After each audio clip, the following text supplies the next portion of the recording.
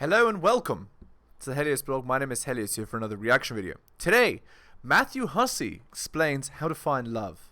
Let's get into it. The reason she's alone is because she's difficult. Women are not accepting the bare minimum.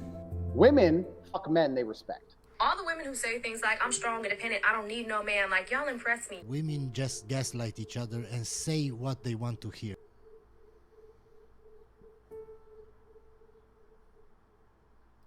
Pain that's there when we're with our friends, if we are finding it hard to be present, or if our friend is getting married and oh my god, I'm so happy for her, but at the same time it just reminds me of what I don't have. Sorry, we're gonna skip this. To give, and I love love. I have a fulfilling life with a great job. Classic girl who's 35 plus. I have a fulfilling career, but why can't I find love? You can't find love because you're 35 plus and wasted your youth, and now it's very hard to find a man, whereas when you were 21 it was easy. Wonderful friends, and every day I live life for me. So So you're selfish. life isn't on pause waiting for the one. But my biggest fear is that I will never find my person. Indeed. People can say what they want, but romantic love fills spaces in our hearts that other love just doesn't. So I'm gonna Oh, and other love just doesn't. So another red flag, telling on herself.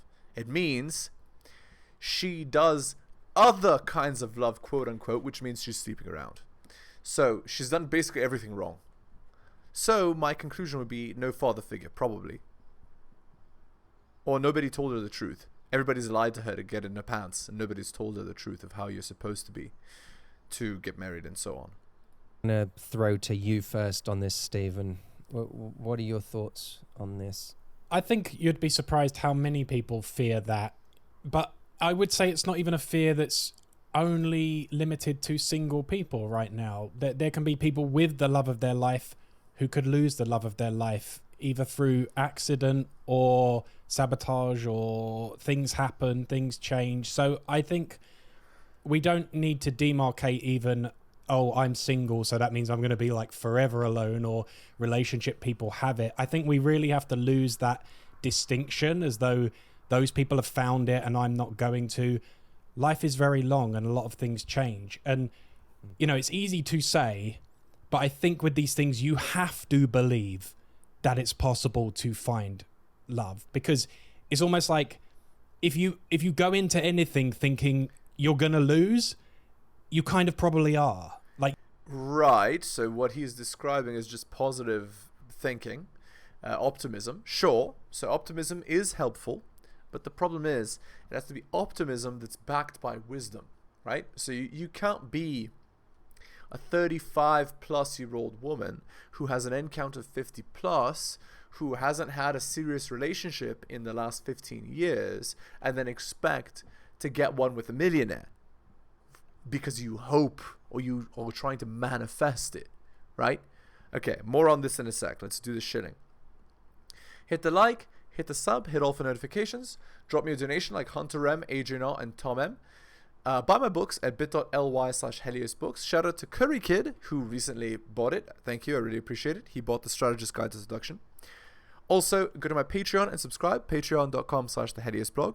And of course, share this video. All right. Thank you so much. Shilling is done. Let's continue.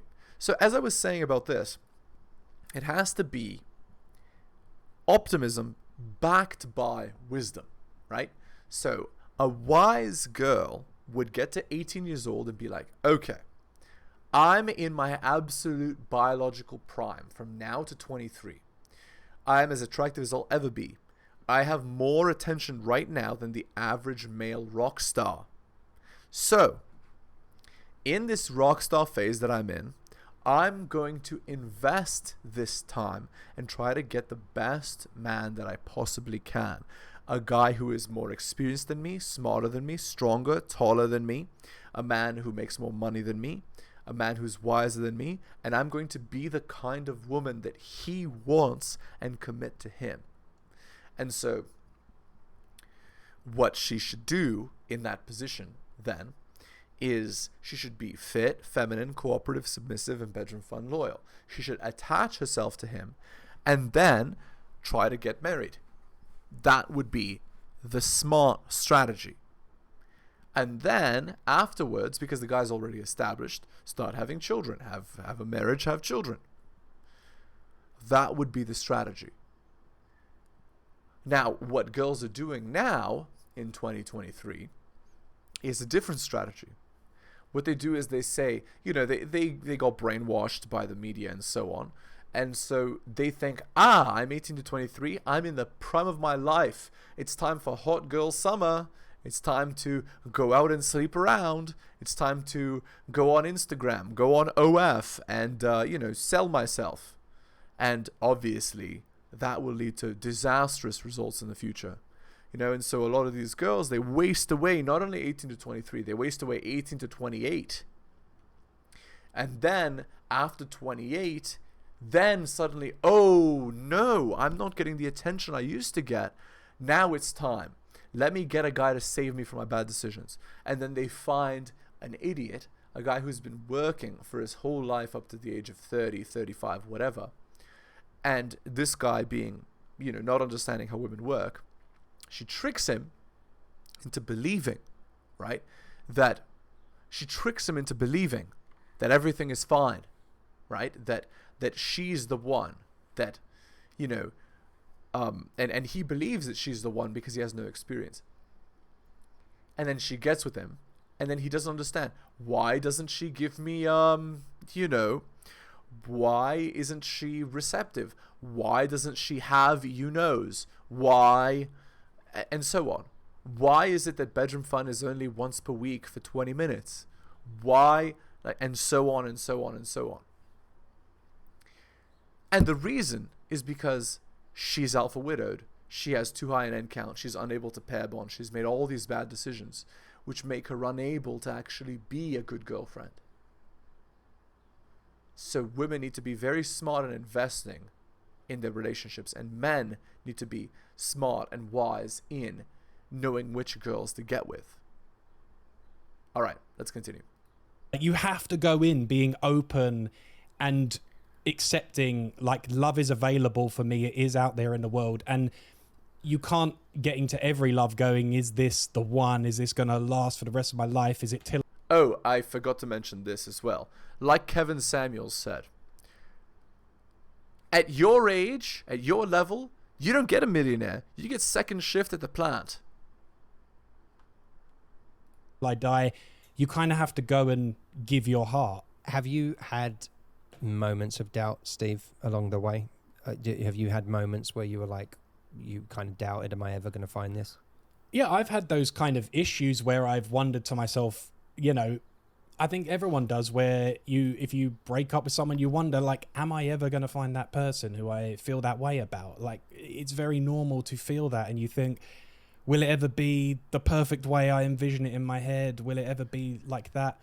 But again, I know I have a capacity to love. I already know that.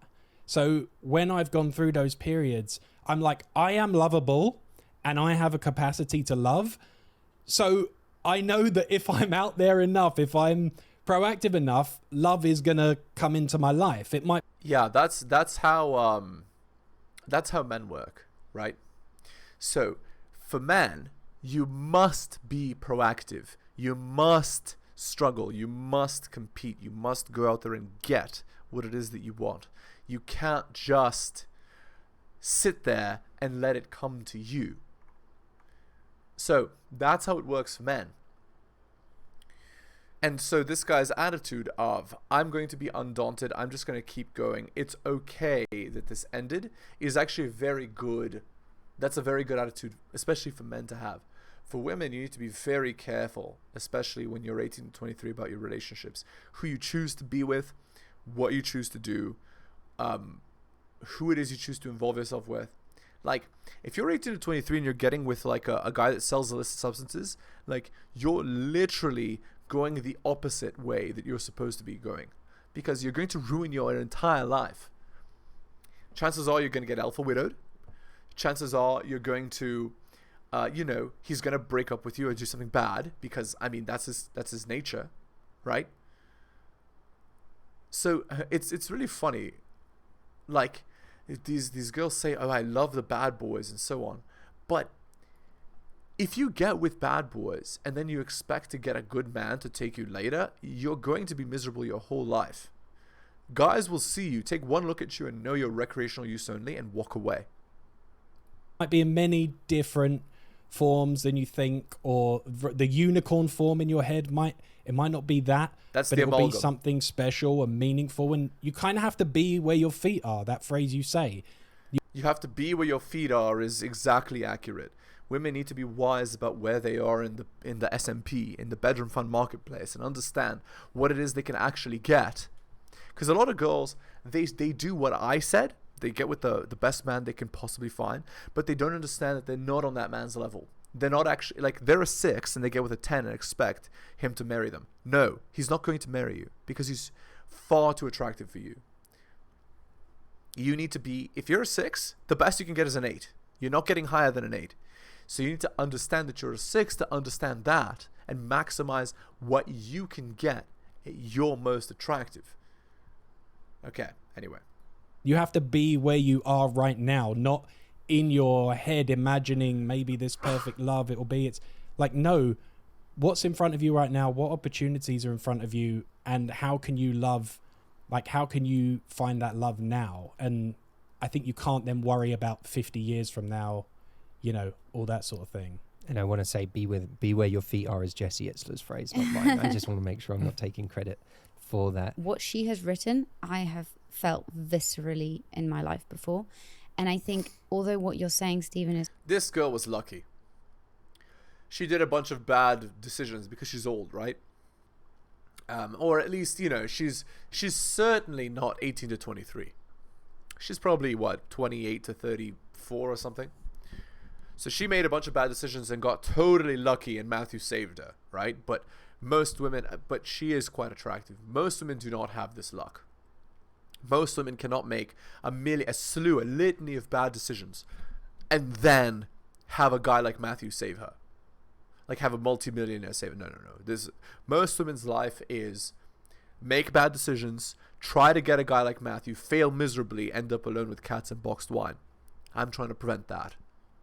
Is absolutely right, and that attitude is integral to finding love. I think when you're in that place where it's not happening and you really, really want it, and look, she tells on herself. You know that you have a lot of love to give and there's no home for all of that love, and it's actually like you want that more than anything. You want it more than your career, you want it more than your friendships, you want it more than travel. Yes. Oh, and she told on herself even more. Career, travel. But the truth is what she said. Women value their relationship more than everything. And even more than their relationship, they value their children. If a girl ends up old with no children, no marriage, they are miserable. Which is why in 2023, we have the greatest population of miserable women pretty much in history. Right? And the irony is they have more freedoms than most women in history. That's the irony. All right, let's continue. Just want to find the person to spend the rest of your life with.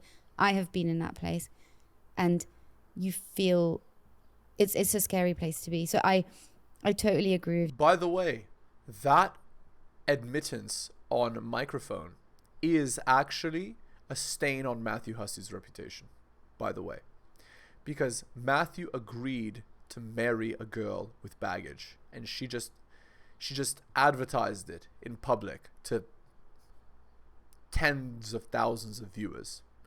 That's embarrassing.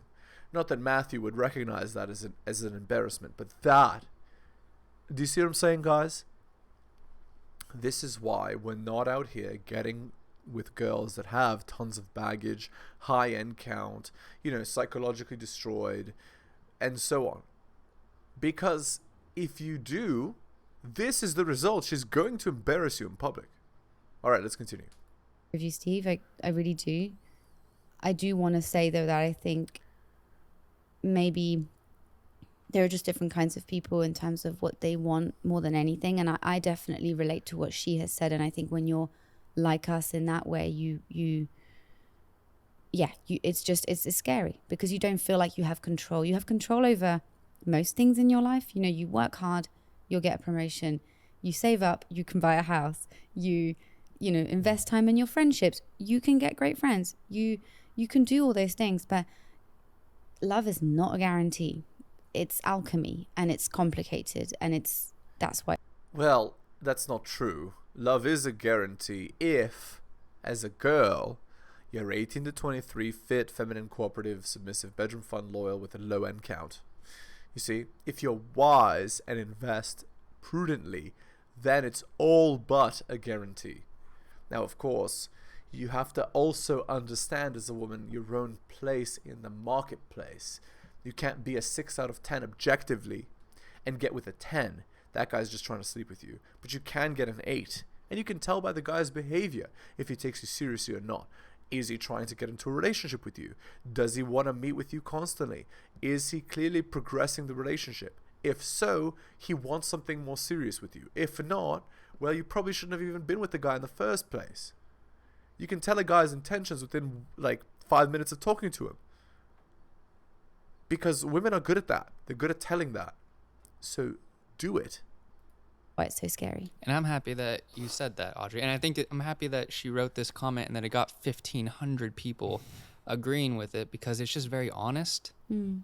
Right? And it's like we're in a culture that just sells us that it kind of oversells us on freedom, because freedom's great, right? So the freedom to be independent with your job, buy the house, buy whatever.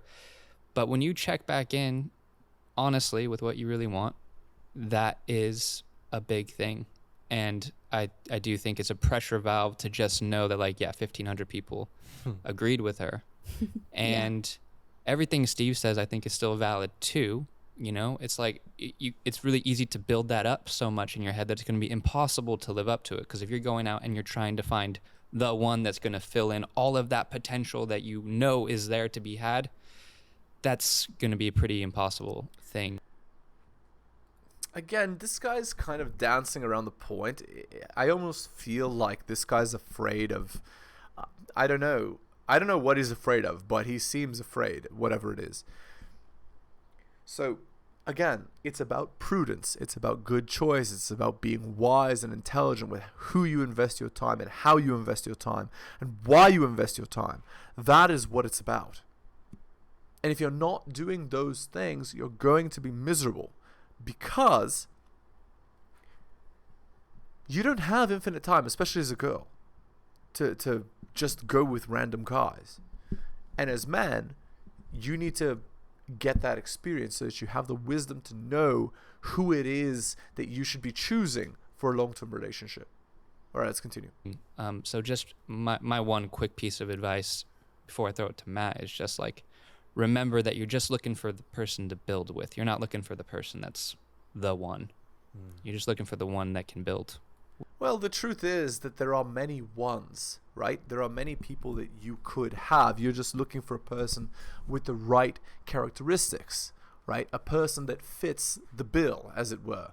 Because this idea of there being only one special person for you forever is false. It's more like there are certain character traits that I'm looking for, and once I find those character traits, then I'm happy, right? That's the point. And if I don't have exactly all of them, I can then use, operant conditioning to modify slightly the behaviors that I want to get what I want. Exactly. That's the point. With you. Yeah. Which is, I think, is so important and hard to connect to when we're looking for the feelings we've always been sold on. That's that we're supposed to feel. Exactly. And those feelings can be they can feel almost impossible to live up to. I think they do become actually impossible for anything to really live up to. Even the things that do live up to it don't live up to it forever. The honeymoons that we can feel with someone don't sustain themselves. They change. So there's a danger in looking for a feeling and never evolving the idea of what it is we're actually looking for. But you're right, Jameson. It's there's this moment in The Crown where Margaret is talking to the Queen. She's so upset with the Queen, and she has so much resentment towards her because the Queen earlier in their life forbade her from being with someone she deemed to be the love of her life, and she missed out on that love as a result of the Queen telling her, no, you can't be with that person. And she calls out Queen Elizabeth, I should say. She calls out Queen Elizabeth on the fact that she takes for granted how many things in her life have been made easier by having Philip in her life. All of the ways that when she needed someone at the end of the day, Philip was there. When she needed to be lifted, Philip was there. When she needed an opinion, Philip was there. And Margaret didn't get to have that, didn't get to experience that. And it is so wounding for Margaret that she never had that. And she sees how much harder her life was for not having had that companionship in her life. And yeah, but all that I'm hearing is Margaret wanted exactly X and didn't understand that there are many, many people and that she could have chosen another person to have that with that fits the criteria. So it's her being stubborn, actually, that led to the negative result, and not the lack of the relationship.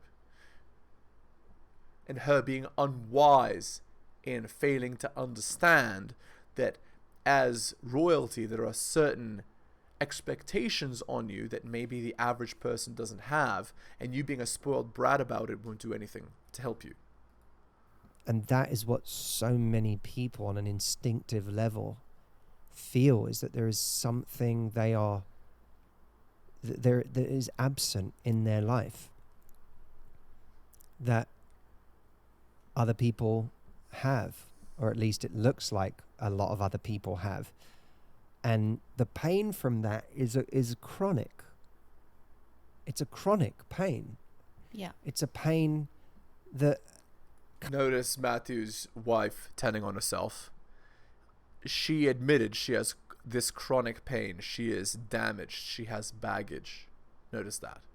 Comes about any time you're not actively busy doing something.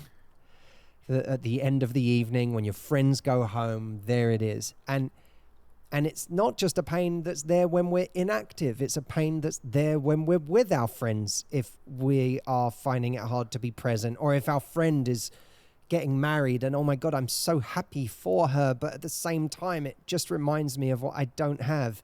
That's classic girl thoughts. Classic. That pain is there even in those comparisons that we make, even if we're a good person and we're a loving person and we're supportive of our friends. It's a pain that is there when we can be in our best moments.